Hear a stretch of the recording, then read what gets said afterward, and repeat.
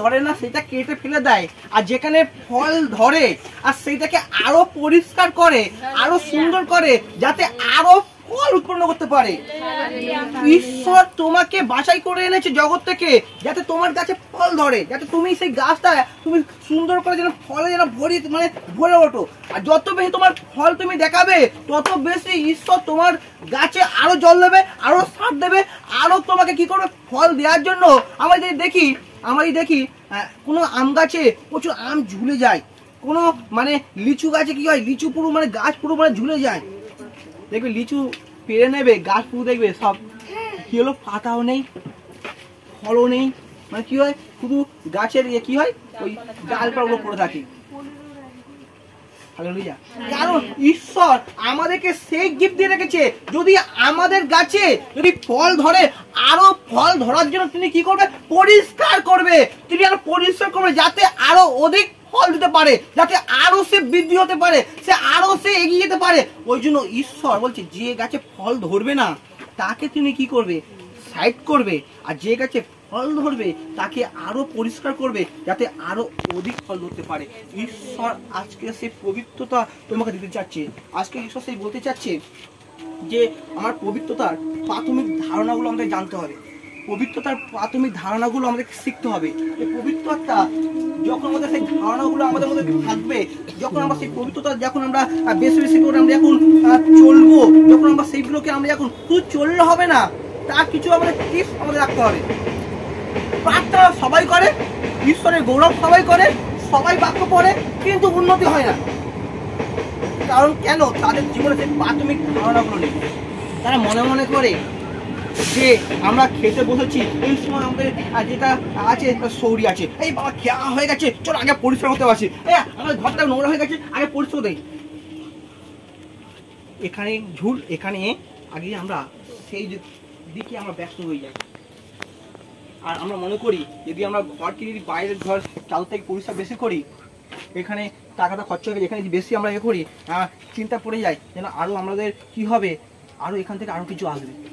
আমি বলছি তোমার ঘরে ঝুল থাকলেও ওখানে কিছু আসবে না, তোমার ঘরে নোংরা পড়ে থাকলেও কিছু ওখান থেকে আসবে না, তোমার বাড়িতে জামা কাপড় হচ্ছে ওখান থেকে কিছু আসবে না।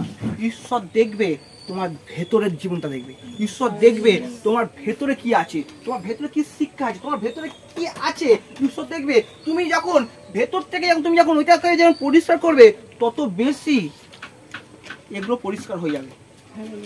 যখন এইটা ময়লা আর তুমি যত চকচক জামা পরো না কেন, যত সুন্দরভাবে তুমি নিজেকে সাজো না কেন, কিচ্ছু লাভ হবে না। ওই জন্য আমাদেরকে পবিত্রতা চলতে গেলে, তার প্রাথমিক ধারণাতে গেলে আমাদের কি করতে হবে, ভেতরে পরিষ্কার করতে হবে। ওই জন্য আমাদের ভেতরে যত বেশি আমরা ফল ধরার চেষ্টা করব, যে প্রভু আমার গাছে যেন ফল ধরে, যেন আমি যেন তোমাকে ফল দিতে পারি, যত বেশি আমরা তাকে ফল দেবো, যত বেশি আমরা পবিত্রতা ভাবে আমরা জীবনযাপন করব, তত বেশি তিনি আমাদের কি করবে, আরো পরিষ্কার করবে, আরো সাজাবে, যাতে আমরা আরো তার কাছে আমরা আসতে পারি, আরো আমরা তার বিষয়ে দৌড়াতে পারি, আরো আমরা তার সেবা করতে পারি, আরো তার আমরা তার আরাধনায় যেন আরো বৃদ্ধি হতে পারি।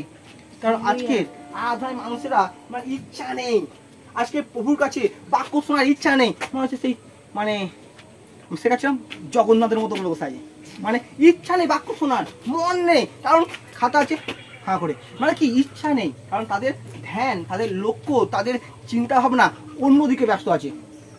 আর এখানে ঈশ্বর কখনো তাদের জীবনে আশীর্বাদ করবে না, তাদের জীবনে কখনো ঈশ্বর বৃদ্ধি করবে না।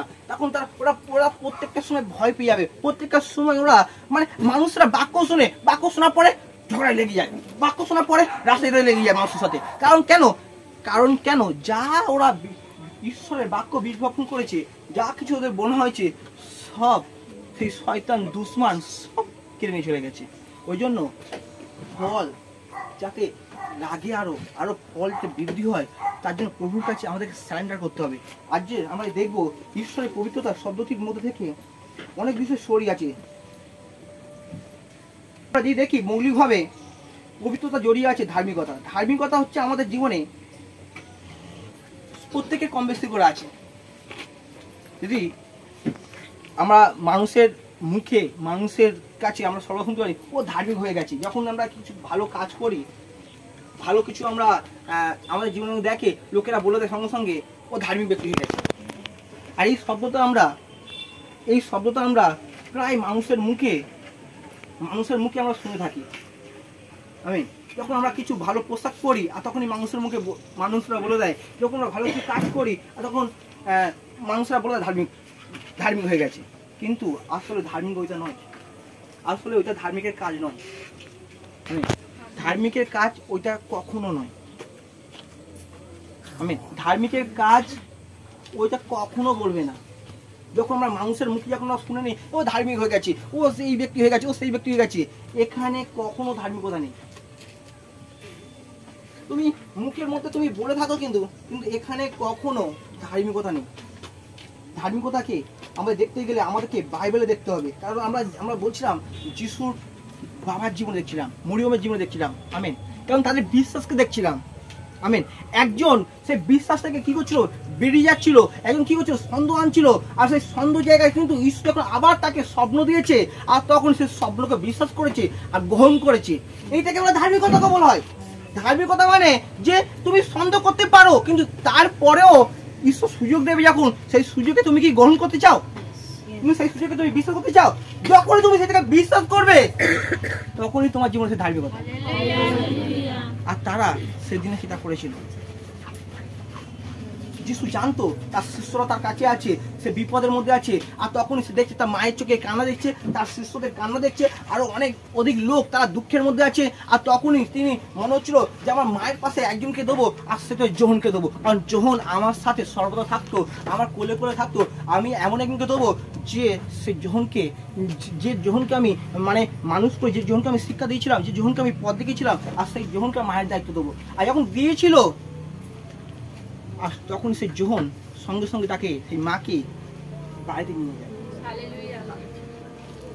আমাদের প্রভু হচ্ছে এরকম। ধার্মিকতা যখন আমরা চলবো, আর তখন প্রভু আমাদের দেখিয়ে দেবে কোন ব্যক্তি তোমার পাশে দাঁড়াবে, কোন ব্যক্তি তোমাকে হেল্প করবে, কোন ব্যক্তি তোমাকে সঙ্গে করে তোমাকে সাহায্য করবে, সেই ব্যক্তি ঈশ্বর পাঠিয়ে দেবে। আমি ধারণা যাই। কারণ প্রভু যিশু এই পৃথিবীতে যখন তিনি এসেছিল, তিনি জানে কোন সময় কি দরকার না দরকার প্রত্যেকটা মানুষের। আর তাই তিনি সেইভাবে পথ দেখাচ্ছিল, সেইভাবে তিনি রাস্তা দেখাচ্ছিল। আজকে সেই প্রভু বলছে যে কার সাথে তুমি মিশবে, কার সাথে তুমি চলবে, সেটা আমি দেখিয়ে দেবো। Amen, hallelujah. এটা আমি দেখিয়ে দেবো, সেটা আমি লক্ষ্য দেবো। সেইটা আমরা বলি না আমার কাছে এই ব্যক্তিটা ভালো, এই ব্যক্তিটা ভালো। যদি আমরা সিদ্ধান্ত নিই, কখন সিদ্ধান্ত আমরা দেখতে প্রভু কি বলে। Amen, hallelujah. কারণ প্রভু যদি আমাদেরকে সাহায্য করে, আমরা কেউ আদিপুরুষ 28:16-17 যাকব স্বপ্ন দেখছে, আর স্বপ্ন এখন দেখছে, আর দেখার পরে সে কি করছে, আর সে যখন স্বপ্ন যখন ভেঙে গেছে, আর তখনই তার সেই স্বপ্নটা মনে পড়েছে। কারণ সে ঘুমে সে যখন স্থানে এমন ছিল, আর সে স্বপ্ন দেখছিল। আর কোথায় স্বপ্ন ছিল, আর সে মরুভূমিতে, সেখানে কেউ নেই, ফাঁকা ধুধু করছে। আর সেখানে যাকব একা আছে, আর যাকব এখন একা আছে। আর ঈশ্বর সেখানে নেমে এসেছে, ঈশ্বর তার দুঃখকে পাঠিয়েছে, আর তার মধ্যে তাকে স্বপ্ন দিচ্ছে। আর যখন সে স্বপ্ন দিয়েছে তাকে, আর তখন তার চোখ বন্ধ ছিল। আর তখন সেই যাকব বলছে, কি বলছে, অবশ্য এই স্থানে সদাপ্রভু আছেন, আর আমি তাহা জ্ঞাত ছিলাম না। হালেলুয়া। ঈশ্বর প্রত্যেকটা জায়গায় বিরাজমান আছে, ঈশ্বর প্রত্যেকটা জায়গায় তিনি থাকে। তিনি আমরা যদি দেখি সমুদ্রে যাই, সেখানে তিনি আছে। যদি পাতালে যাই, সেখানে আছে। যদি আমরা ঘরে যদি থাকি, সেখানে আছে। আমরা যদি কেউ যদি আমাদেরকে আমেরিকায় পাঠিয়ে, সেখানেও আছে। ঈশ্বর সমস্ত জায়গায় বিরাজমান। কিন্তু মানুষেরা আজকের এখানে 1 ঘন্টা আগে ঘুমোচ্ছে, ওখানে 4 ঘন্টা পরে ঘুমোচ্ছে। এখানে 2 ঘন্টা আগে ঘুমোচ্ছে, ওখানে 5 ঘন্টা আগে ঘুমোচ্ছে। এখানে মানুষরা কাজ করছে, ওখানে মানুষরা জেগে ওখানে মানুষরা ঘুমোচ্ছে। এইটা ঘুরতে পারে, কিন্তু ঈশ্বর প্রত্যেকটা জায়গায় বিরাজমান। প্রত্যেকটা জায়গায় ঈশ্বর আছে। আমি হালেলুয়া। যাকব সেখানে তিনি ঘুমোচ্ছে, আর তখনই তার জীবনে একটা স্বপ্ন আসে। আসলে যখন সেই স্বপ্ন আসছে, আর তখন তিনি কি বলছে, আর তিনি সেখানে সেই স্বপ্নের মধ্যে তিনি স্বপ্ন দেখেছে, কিন্তু তিনি সেটার বিষয়ে এতটা তার উপলব্ধি হয়নি। আর তখন তিনি বলছে, আর তিনি ভীত হইয়া কহিলেন, এ কেমন ভয়াবহ স্থান। ভয় পেয়ে গেছে স্বপ্নের মধ্যে। Amen, hallelujah. এমন একটা স্বপ্ন দেখে সে ভয় পেয়ে গেছে। আর সেই ভয়ে সে বলছে, আর সে ভয় বলছে, এই নিতান্ত ঈশ্বরের গৃহ, এই স্বর্গের দ্বার। হালেলুয়া। কোথায়? যেখানে তিনি যেখানে তিনি শুয়ে আছে, যেখানে তিনি স্বপ্ন দেখেছি, যেখানে তিনি প্রার্থনা করেছিল, আর সেখানে ঈশ্বরের মানে সেই স্বর্গের দ্বার, মানে স্বর্গকে তিনি মানে উপলব্ধি করছে, ঈশ্বরকে উপলব্ধি করছে, ঈশ্বরের মানে ঈশ্বরের অস্তিত্বকে তিনি উপলব্ধি করছে। আজকের আমাদের জীবনেও আমরা মনে করছি যে আমরা আজকে এখানে আছি, ঈশ্বর আছে, ওখানে আছে, ঈশ্বর আছে। ঈশ্বর প্রত্যেকটা জায়গায় বিরাজমান, শুধু আমাদেরকে শক্ত হয়ে আমাদের বিশ্বাসভাবে দাঁড়িয়ে থাকতে হবে। হালেলুয়া। কারণ যিশু তো বলে দিয়েছে, কারণ জন কি বলছে 15:1-2, যিশু তো বলেছে ওখানে, আমি দাক্ষালতা আর আমার পিতা কৃষক। আমি হালেলুয়া। মানে আমরা সেই যে কোনো জায়গায় যাব, যদি আমরা এই রাস্তা থেকে যাই, যদি আমরা জুড়ে থাকি, আমেন, আমরা যদি কি দাক্ষালতা মানে জুড়ে থাকি, আমেন, হালেলুয়া। যদি কি জুড়ে মানে কি, মানে এই পরস্পর একটার পর একটা টাচ করা, আমেন, হালেলুয়া। জুড়ে থাকি, আর তিনি কি করবে, আমাদের কখনো আলাদা করতে পারবে না। যখন জুড়ে থাকবে না, তখন আমরা কি হবে, তখন আমরা ফল দিতে পারবো না, ফল চাইলে ফল দিতে পারবো না, কারণ জুড়ে নেই। কারণ আমাদের শরীরেও একটা তেজ প্রয়োজন আছে, আমেন। মানুষরা বলে আমার জ্বর হয়েছে, আমার শরীরে ভাইরাস হয়েছে। যখন তাদের জীবনে প্রার্থনা করা হয়, যখন তাদের জীবনে যখন মানে হুকুম করা হয়, যখন সে পবিত্রতার আগুন, মানে কি হয়, তাকে আগুন যখন দেওয়া হয়, মানে যখন আমাদের শরীরে যখন আগুনের তাপ যখন কম থাকে, যখন আমাদের শরীরে যখন মানে ক্ষমতা যখন কম থাকে, তখন আমাদের রোগ জীবাণু সব কাজ হয়। তুই ভালো করে দেখবি, ডাক্তার কি বলে, যে আমাদের অনেক সময় যাদের দমের কষ্ট হয়, যাদের কি হয়, মানে ওদের কি মানে কিছু মানে সেই মানে পবিত্রতার আগুন মানে টেস্টটা কম থাকে। আর যখন কম থাকে, তখন কি হয়, আমাদের জীবনে তখন শরীর ঝিমিয়ে যায়। তখন আমাদের শরীর যখন ঠান্ডা হয়ে যাবে, মানে কি আমরা ভয় পেয়ে যায়, এরকম শরীর ঠান্ডা আছে মানে কি কোনো একটা বিপদ আছে, তখন মানুষের কি করে, মানে গরম করে হাত গরম করে, যাতে কি হয়, আগুনটা যখন আসে আর এর শরীরে একটা কি হবে, ক্ষমতা আসবে। আমাদের সেই পবিত্র আত্মা যখন আমাদের জীবনে যখন আসে, আর তিনি আমাদের কি করে, সেই আগুনে পুরো মানে জ্বালিয়ে দেয়। যখন জ্বালিয়ে দেয়, তখন সমস্ত শরীর পুরো তেজময় হয়। যখন তেজময় হয়, তখন আমরা নিঃশ্বাস খুব সুন্দর ফেলি, আমাদের শরীরও মানে আমাদের শিরাও খুব সুন্দরভাবে চলে। আর এখানে আমাদেরকে কি করতে হবে, তার সাথে জুড়ে থাকতে হবে। যখন আমরা জুড়ে থাকবো, আর আমরা ফল দিতে পারবো। আর যখন আমরা জুড়ে থাকবো না, তখন ফল চাইলেও পাবো না। আর যখন আমরা জুড়ে থাকবো, তখন তিনি কি করবে, আরো পরিষ্কার করবে, আরো আমাদের কি করবে, তুমি সুন্দর করে মাটি দেবে, যাতে আমরা আরো ফল ধরতে পারি। হালেলুয়া। জুড়ে না থাকলে কখনো আমাদের গোড়ায় মাটি থাকবে না, কখনো তাদের জীবনে ঈশ্বর দয়া করবে না। ঈশ্বরে কম খেয়ে কে বিশ্বাস করে দাঁড়া থাকতে পারে। অল্পতে যে খুশি হবে, সে একদিন মানে বেশি তো সে খুশি হয়ে যাবে। যে অল্পই খুশি হতে পারবে না, তাকে লাখ টাকা দিলেও সে খুশি হবে না, ভরিয়ে দিলেও খুশি হবে না। সে চাইবে আরো চাই। 3 বছর যখন আমার জীবনে দুঃখ ছিল, 3 বছর যখন আমার জীবনে কষ্ট ছিল, একটার পর একটা পরীক্ষা তিনি নিচ্ছিল। কিসের জন্য? যখন আমি আমার সেই ফাইন্যান্স যখন আমার জীবন থেকে সব শেষ হয়ে গেছে, যখন দিয়ে দিচ্ছি আমি, কারণ কি, যখন আমার কাছে শেষ সম্বল ছিল, আমি যখন দিয়ে দিচ্ছি, যখন ফাঁকা হয়ে গেছে, আর ঈশ্বর বলছে যখন তুমি আমার প্রতি এতটা বিশ্বাস আছে, তাহলে আমি তোমাকে টেস্ট করে দেখি যে খাবারটা ঠিক মজার খাবার নাকি না। কোনো খাবার আছে, কোনো মানুষ আছে খুব হাসি মুখে তারা জীবনযাপন করে, কোনো মানুষ আছে গুমড়ে জীবনযাপন করে। তার ভেতরে রাগটা তারা মন গড়িতে বলে না, বাড়িতে গিয়ে তারা কি করে, পেছনে সেই ছেলে আর কি বউ, তোমার পরিবার, তোমার স্বামীদের ধরো বাইরে কার সঙ্গে ঝড় হয়েছে কাজের কাছে, আর সে গুঁতো দিচ্ছে তোমাকে।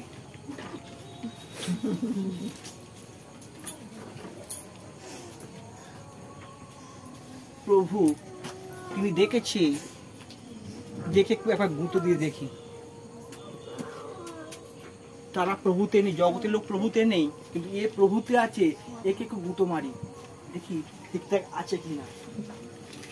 অভাব ঈশ্বর দিয়ে দেখে, টেস্ট করে দেখে যে ঠিকঠাক আছে কিনা, ঠিকঠাক এর পরিচয়টা ঠিক দিচ্ছে কিনা। যত তাড়াতাড়ি তুমি এর পরিচয় তোমার ঠিকঠাক তুমি দেবে, তত তাড়াতাড়ি তোমার জীবনে আশীর্বাদ শুরু হবে। পরিচয় দিতে হবে। আমরা পরিচয় দিচ্ছি, তোমার আমি, তোমার সন্তান আমি। পরিচয় দেওয়ার পরে যখন বাড়ি যাচ্ছি, প্রভু টাকা পাঠাতে হবে, প্রভু টাকাটা দিলে না। এখানে প্রভুকে বলে, প্রভু সান্ডা করছি, টাকা চাইবো না তোমার কাছে, তোমাকে চাই প্রভু, তোমাকে চাই।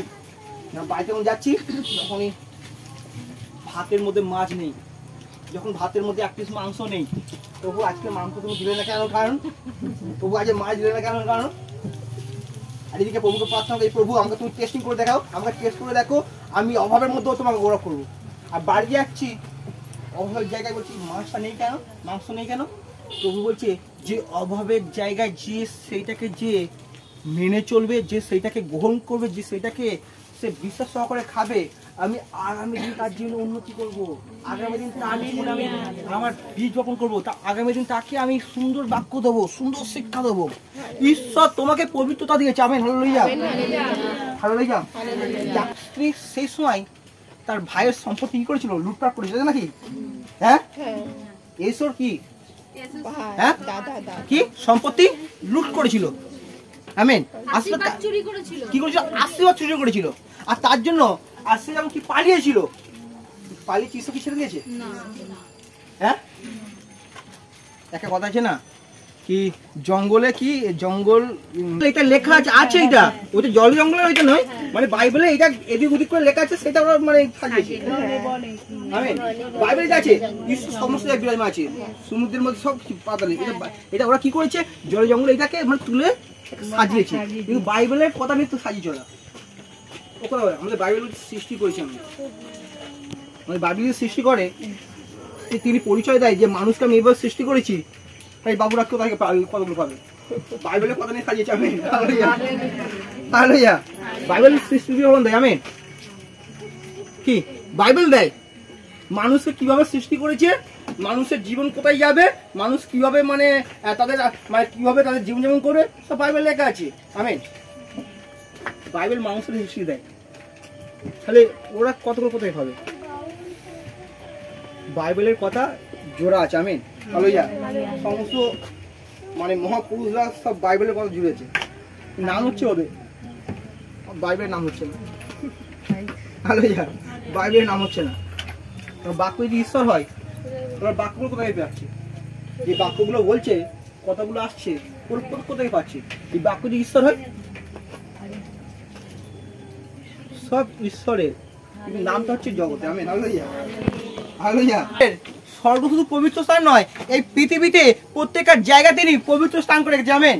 শুধু আমাদের কি করতে হবে? খুঁজে নিতে হবে, আমাদের সেই জায়গাটা প্রস্তুত করতে হবে। কি মোশকে বলছে কি? মোশে জুতো পরে গেছে, মোশকে বলছে জুতো খোলো পা থেকে। আমেন। তুমি যেখানে দাঁড়িয়ে আছো এইটা পবিত্র স্থান। Amen, hallelujah. এটা পবিত্র ভূমি, পবিত্র জায়গা। এটা মানে ঈশ্বরের সেই পবিত্র জায়গা শুধু স্বর্গে নয়, এই পৃথিবীতেও আছে। Amen, hallelujah. কিন্তু আমাদেরকে খুঁজে বার করতে হবে। তুমি যদি বলো এই জায়গাটা পবিত্র স্থান নয়, কখনো পবিত্র স্থান হবে না তোমার কাছে। না হলেও বুলটিধার কাছে বাড়িতে নিচে বাড়ি পড়ছে, উনি ছাদে এসে বলে প্রভু প্রার্থনা করছে। ধরো ঘরে প্রার্থনা করতে দিল না, ছাদটা খোলা আছে, উনি কোথায় প্রার্থনা করবে? এখানে পবিত্র জায়গা বানাবে, এখানে তিনি বেদি বানাবে।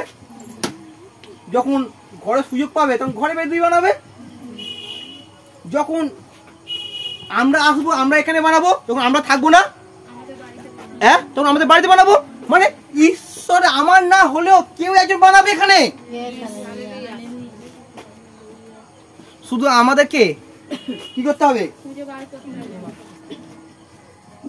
হ্যাঁ, আমাদের কি করতে হবে?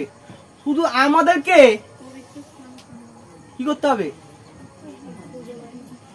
পূজা করতে হবে। আমাদের ঠিকঠাক চিন্তা নিতে হবে, ভাবতে হবে।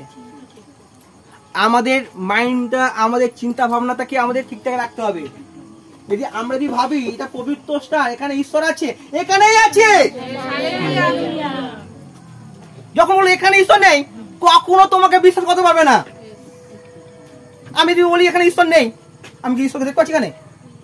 হ্যাঁ, আমি বলি ঈশ্বর এখানেই কথা বলাবে, এখানেই ঈশ্বর ব্যবহার করবে, আর করবেই করবে। যখন বলো এখানে ঈশ্বর নেই, কোথায় চলো ওখানে কিছু আলাদা ভাবে, ঈশ্বর ওখানে গিয়ে কথা বলবে। যখন এখানে যদি বলি না ওখানে যাবো না, এখানেই আমি প্রার্থনা করবো, এখান থেকে ঈশ্বরের আওয়াজ শুনবো, এখানেই তোমাকে শোনাবো ঈশ্বর। আমেন। হালেলুয়া।